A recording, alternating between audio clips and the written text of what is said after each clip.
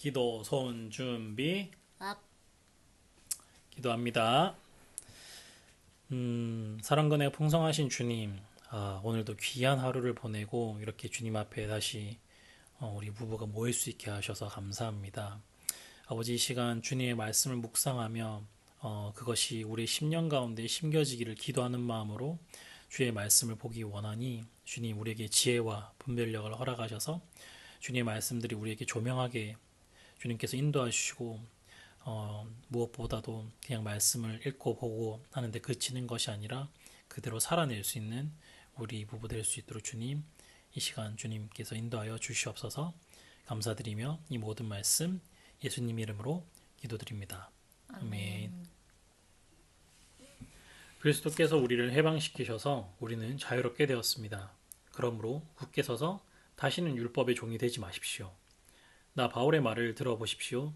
여러분이 할례를 받고 율법으로 돌아간다면 그리스도는 여러분에게 아무런 도움이 되지 못합니다. 내가 다시 모든 사람에게 경고합니다.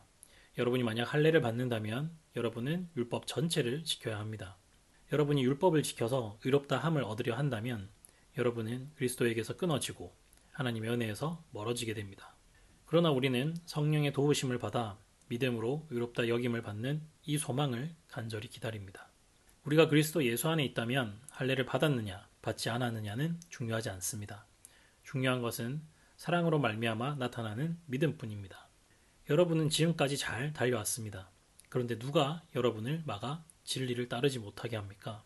그런 유혹은 여러분을 부르신 분에게서 나오지 않았습니다. 조심하십시오. 적은 누룩이 반죽 모두를 부풀게 합니다.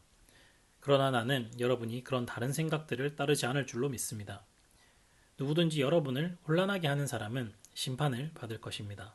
형제들이여, 나는 할례를 받아야 한다고 가르치지 않았습니다. 내가 할례를 가르친다면 어째서 아직도 박해를 받겠습니까? 내가 지금까지 할례를 가르쳤다면 십자가를 전하는 어려움도 사라졌을 것입니다. 여러분을 어지럽히는 사람들은 차라리 스스로 고자가 되어버리는 것이 좋겠습니다. 형제들이여, 하나님께서 여러분을 부르셔서 자유인이 되게 하셨습니다. 그러나 그 자유를 육체의 욕망을 채우는 기회로 삼지 말고 사랑으로 서로 섬기십시오. 모든 율법은 네 이웃을 네 몸과 같이 사랑하여라 하신 한 계명 속에 다 들어 있습니다. 여러분이 서로 해치고 헐뜯는다면 양쪽 다 멸망할 테니 조심하십시오. 그러므로 내가 말합니다. 성령을 따라 사십시오.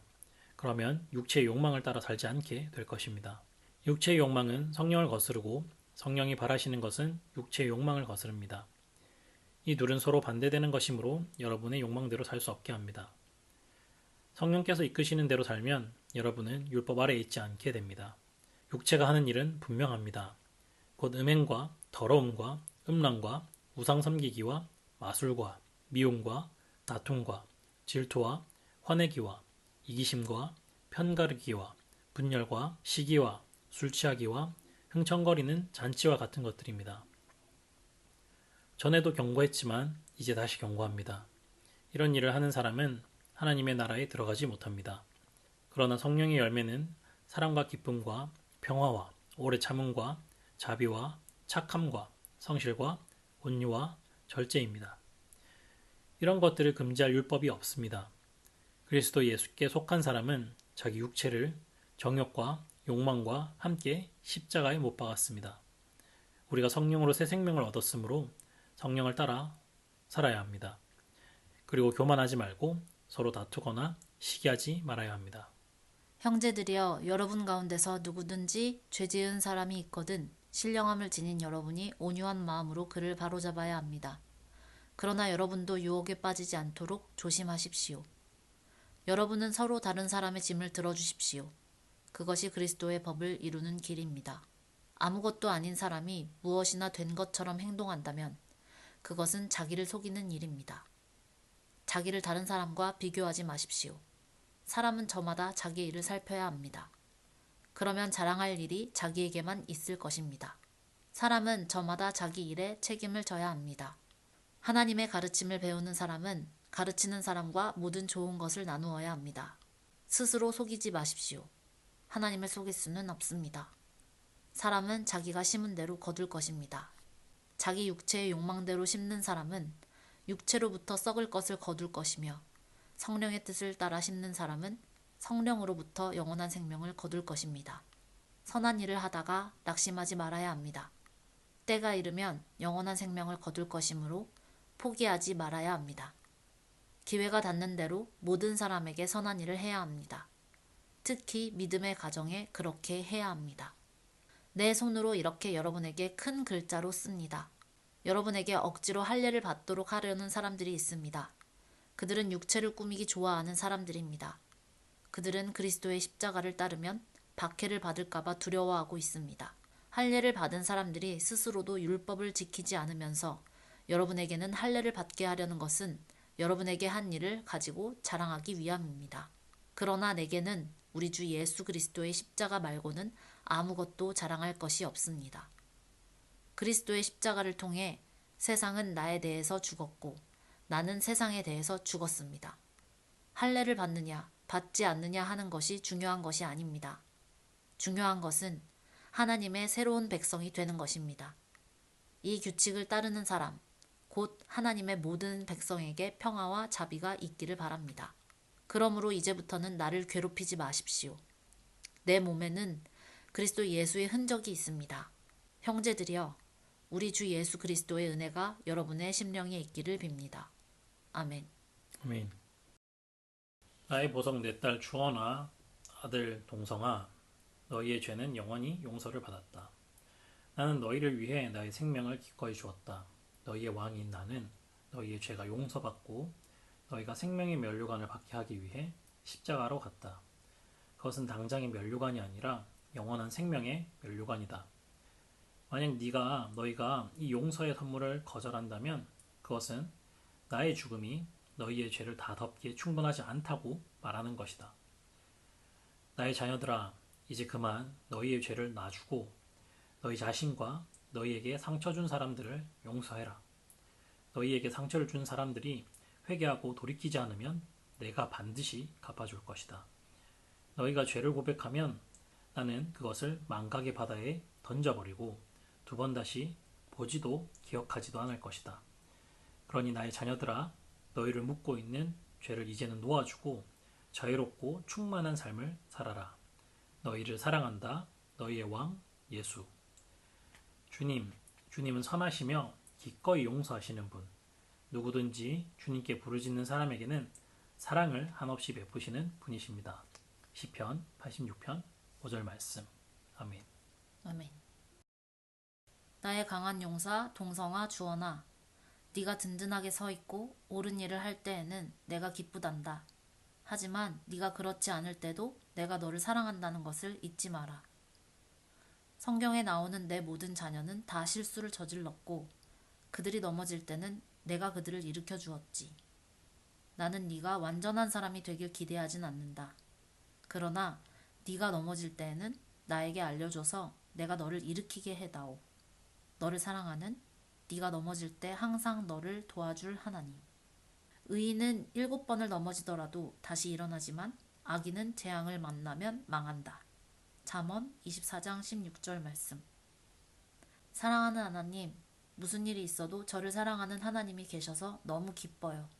저는 완전하지 않아서 실수를 저지른다는 것을 알아요.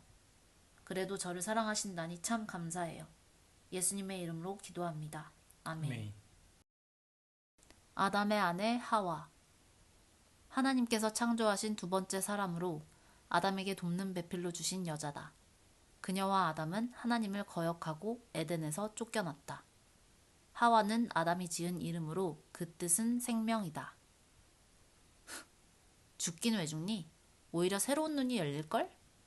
선과 악을 스스로 분별할 수 있게 된다니까? 그분처럼.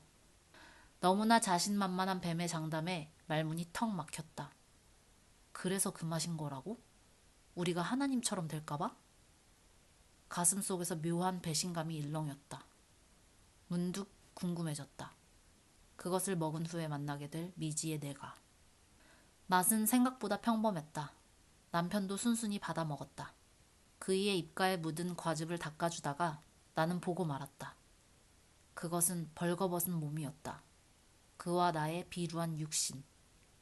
온 우주가 손가락질하는 듯한 수치심이 전신을 관통했다. 열매가 알려준 건 우리가 제자리를 벗어났다는 사실뿐이었다. 하나님의 낯은 참담함으로 일그러져 있었다. 부여받은 자유의지로 우리는 합심하여 불순종을 택했다. 갈기갈기 찢긴 그분 앞에서 가해자인 우리는 오히려 죄의 탓을 하나님과 동등하게 나누려고 길을 썼다. 우리는 처음과 달라졌다. 우린 산산조각 났다. 그때 주님께서 에덴의 짐승 하나를 찢으셨다. 산 것에서 생명이 빠져나간 그 모습에 우린 혼이 나갔다. 저것이 죽음인가? 너무 무서워 사지가 흔들렸다. 그것에 피가 뚝뚝 흐르는 가죽으로 주님이 우릴 덮으셨다. 이로써 죽음은 미루어졌고 우리의 수치는 가려졌다. 그러나 우리는 이곳에 있을 자격을 잃었다. 그와 나는 방금 거룩한 낙원에서 쫓겨났다. 이 글에서 하와는 열매를 먹고 알게 된 것은 제자리를 벗어났다는 사실뿐이라고 말합니다. 죄를 뜻하는 히브리어 하타는 관역에서 벗어나다라는 뜻입니다. 죄란 관역, 즉 하나님께서 멀어지는 것, 하나님을 등지는 것입니다. 인간이 하나님을 거역하고 그 존재를 부정하며 증오하는 현상 그 자체가 관역에서 벗어난 모습입니다. 성경이 말하는 죄가 이런 것임을 처음 알았을 때 어떤 생각이 들었나요?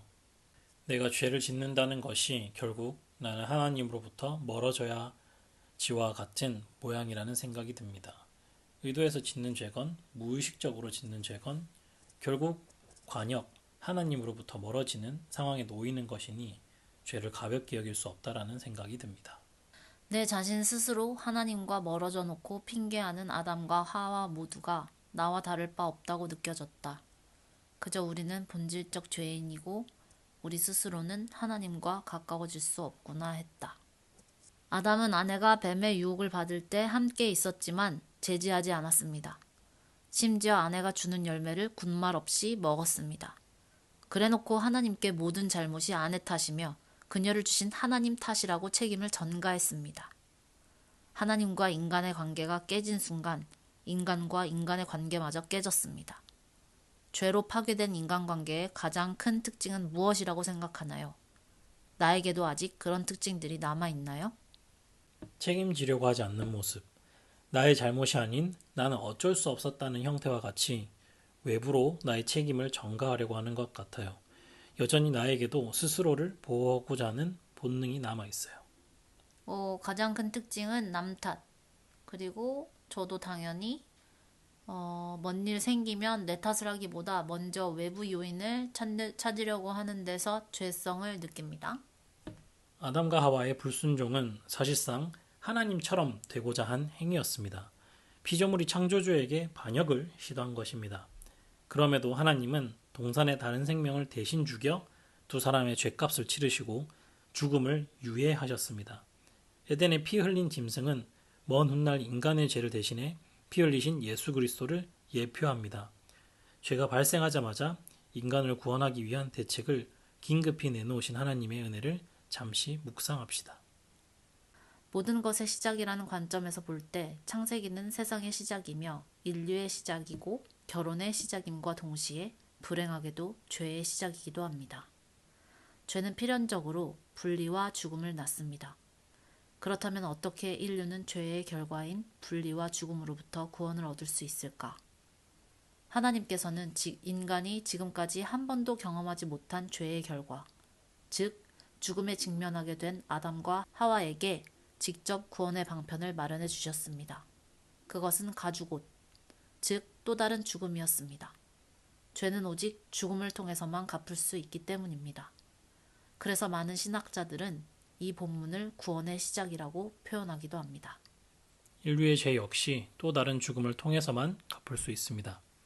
죄 없으신 예수님께서 십자가에 달려 피를 흘릴 수밖에 없었던 이유가 바로 이것입니다. 그분은 우리 모두의 죄를 대신 지고 갈보리의 언덕을 오르셨고 우리 모두의 죄를 대속하기 위해 십자가에 달리셨습니다. 에덴 동산에서 목숨을 잃었던 짐승이 대속을 위한 최초의 죽음이었다면 십자가 위에서 피 흘리신 예수님은 대속을 위한 최후의 죽음입니다. 아멘. 아멘. 너희가 그때에 무슨 열매를 얻었느냐? 이제는 너희가 그 일을 부끄러워하나니 이는 그 마지막이 사망임이라. 그러나 이제는 너희가 죄로부터 해방되고 하나님께 종이 되어 거룩함에 이르는 열매를 맺었으니 그 마지막은 영생이라. 죄의 삭은 사망이요 하나님의 은사는 그리스도 예수 우리 주 안에 있는 영생이니라. 아멘. 아멘.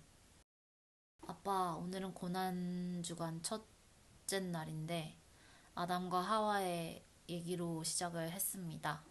어, 이거 한 3년? 2년 전쯤에 처음으로 접했던 말씀인데 오늘 또 새롭게 묵상을 하니까 또 다르게 다가왔던 것 같아요. 아무리 생각해도 성경에 있는 모든 인물은 그냥 우리를 캐릭터화 시켜놓은 대표적인 그냥 인간들인 것 같아요. 그냥 죄인들이고 오늘 뭐 저희도 마찬가지고 그렇습니다. 그래서 아빠가 십자가를 지시기 위해 고난받으신 이 주간이 다시 한번 더 깊숙이 묵상하게 되는 것 같아요. 일주일 동안 아빠랑 더 깊이 만나보겠습니다. 주님, 죄는 사망으로 이어질 수밖에 없다라는 것을 이 창세기 말씀을 통해서 다시 한번 알 수 있었던 것이 너무 은혜이고 감사합니다.